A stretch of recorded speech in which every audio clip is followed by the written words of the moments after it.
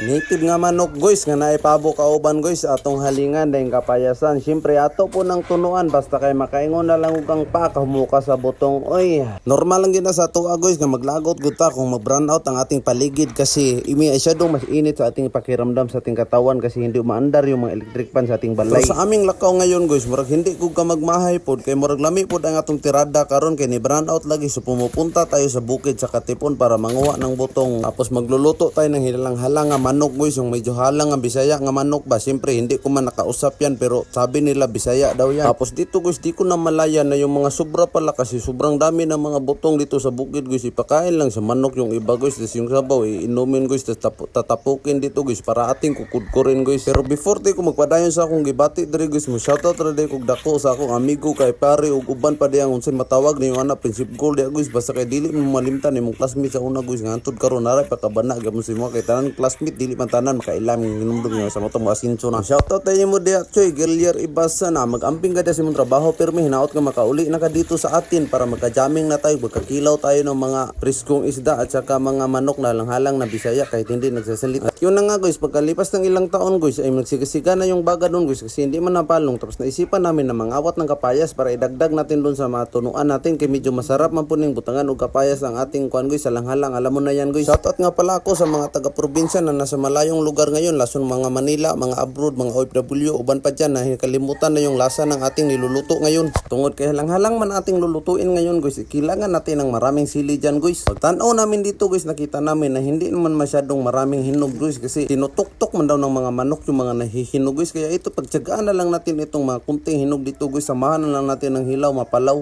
Apilas ito. Parang apilo.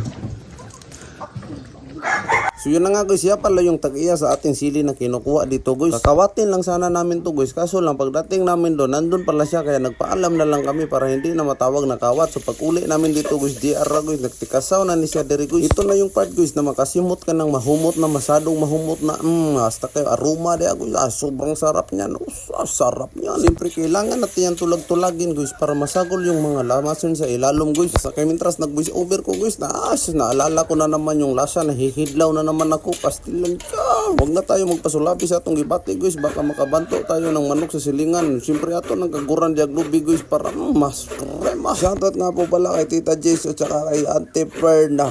Alam kong nami-miss nyo na itong pagkain na to na nilalagyan ng lupi at isas kalami. Sabihin ko pala sa inyo guys kung bakit masarap yung manok dito sa bukid guys, kasi hindi ko makain ng commercial na feeds guys. Ito yung kinakain nila dito guys, yung mga nakukuha lang sa palibot guys, kagaya ng mga tipasi, mga uban pa diya guys.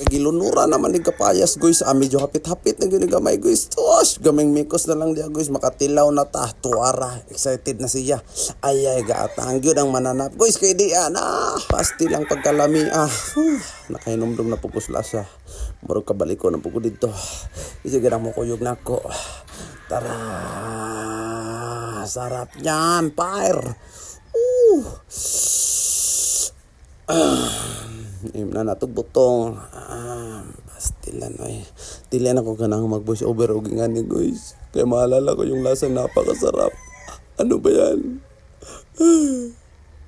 Gusto ko pa naman. Pagkatapos namin kumaon dun guys, magluto pagod sila ng ganitong ubi guys, gawin nilang binignit o dinuldo guys. Ay pastilan kadagka na mapagkaon sa bukid guys. Sino ko na mag-voice over pero kung naabot ka rin ako, salamat mo guys. Agoy. Og siyempre guys, kay medyo busog-busog naman tang tanan ato ning batang hadlaan dayong pasila no gamay. Bye bye.